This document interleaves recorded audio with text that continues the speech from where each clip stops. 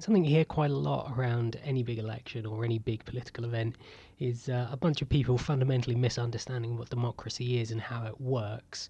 That can take the form of a bunch of different things. Typically, you'll get I didn't vote for him, as if that somehow delegitimizes a political leader. On the other hand, over in the US right now, you get a lot of, Donald Trump is a fascist, he must be stopped. If he becomes president, then Lord only knows what would happen.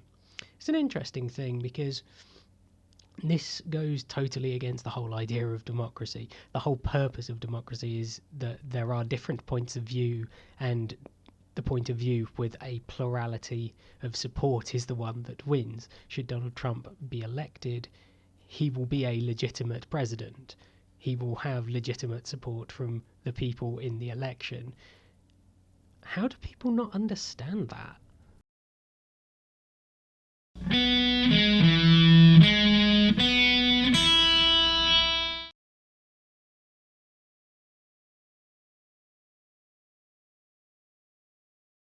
I think people are misunderstanding the difference between consent and consensus. Through democracy, we give consent to the people that we elect. Even just by participating in democracy, we give our consent for whoever wins, or whether we back them or not, to be a legitimate leader. That's the only way that democracy can work. If we all demanded that only the people that we voted for be seen as legitimate, then we just don't have democracy. You can't just override the results simply because someone you didn't like won. That's not how it works. The point is that we get leaders that we can all agree are legitimate without the need for violence. That's the point of democracy. It creates consent for rulership without necessarily requiring consensus of leadership. In a direct democracy where the entire proletariat was involved in every decision, then you could legitimately ask for consensus. You could say that any decision requires the full support of everyone, but we don't have that because it's incredibly ungainly. What we have is representative democracy. We, the people, do not make decisions. We, the people, elect the people who make decisions on our behalf. And it's their role not to make the popular decisions, although typically they do. It's their role to make the right decisions, or the decisions that they believe are right. That is their mandate. They are legitimate in doing that. They don't have to necessarily support everyone. They just have to support their own view. That's what they are elected to do. Many make the promise that they would support the normal person, the man in the street, perhaps the middle class, or even the 1%'s point of view, and that makes them popular. But once they get in charge, the only way that you have to hold them accountable to that is at the next election. You might change your opinion on them based on what they've done while they've been in government, but it's not illegitimate of them to make a decision, even a decision different to the one that they promised. All they have to do is make decisions based off of whatever seems right to them, and they have done their job.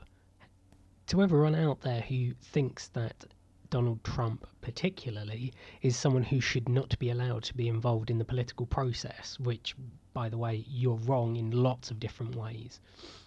But the most important way you're wrong is that if you are participating in democracy at all, whether you are a Hill dog or a Sanders supporter or anyone else, you could be a Ron Paul supporter, I suppose. There are a few of you out there. If you're participating in democracy at all, then you're saying that you don't mind if Donald Trump gets in. And in fact, you don't mind if a fascist gets in, like if a genuine genocidal fascist gets into power, because you're participating in the system. You're saying, I am putting my faith in the system to create good leadership, or at least leadership that has a plurality of support amongst the population. How do you not get this? How can't you see that just by supporting another candidate doesn't mean that Donald Trump is not legitimate? Of course he would be. Of course he would be if he gets into the White House. He has been through the democratic process, the same as every other president. The fact that you dislike him doesn't make him wrong. That doesn't make him okay to be ousted or impeached or anything else. Perhaps he might do some really dreadful things once he gets in charge. To be honest, I doubt he probably would. I think that he's just a big business kind of guy, and in that regard is very little different to anyone else who might be president. But that doesn't make him illegitimate. Of course he's going to be a legitimate ruler if he gets in. He would have the consent of the people. What more do you want? And for the people clamouring at the edges, screaming that Donald Trump is going to destroy America, that's fine.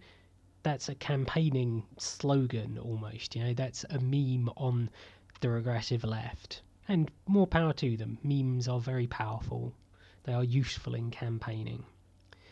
But to go so far as to say that he should not be allowed to be involved in the campaign is to fundamentally misunderstand what this campaign is and how it works.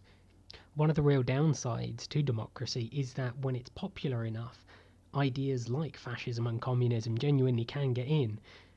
Democracy can produce some really dreadful results, frankly. But when these things happen, they are genuinely the will of the people. That's the point of democracy, to exercise the will of the people, to have leaders who have consent and legitimacy to rule. That's all democracy is there for. It doesn't make the decisions they make good.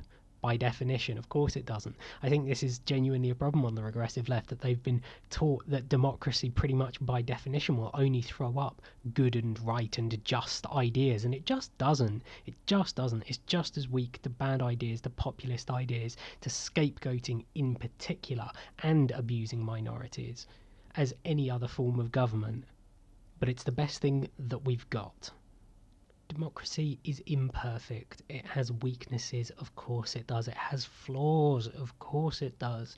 It genuinely does allow for extremists to have more power than they should. It allows people to make promises off the back of abusing less popular groups, and that's terrible, but it's better than people being able to use violence to attain power, isn't it? And if you believe in the political system that presently exists, if you believe in the idea of democracy, that it's worthwhile having at all, your recourse is not to try and ban Donald Trump or Nigel Farage or anyone else who is frankly misguided and dangerous and should not be tolerated in polite society. Your recourse is not to say they are not allowed to campaign. Your recourse is to campaign against them. It's to undercut their arguments. It's to target their supporters with better arguments. That's how you defeat Donald Trump, not by expelling him from the process, not by turning him into a martyr. Which it would genuinely do if you kicked him out of the race right now.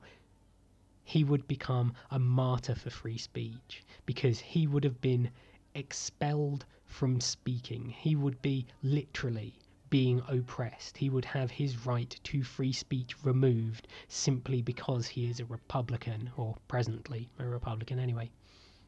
And that by itself would essentially be proof that the regressive left is as dreadful as has long been claimed, that they will not just repress speech within schools, they will not just attack people with bad ideas.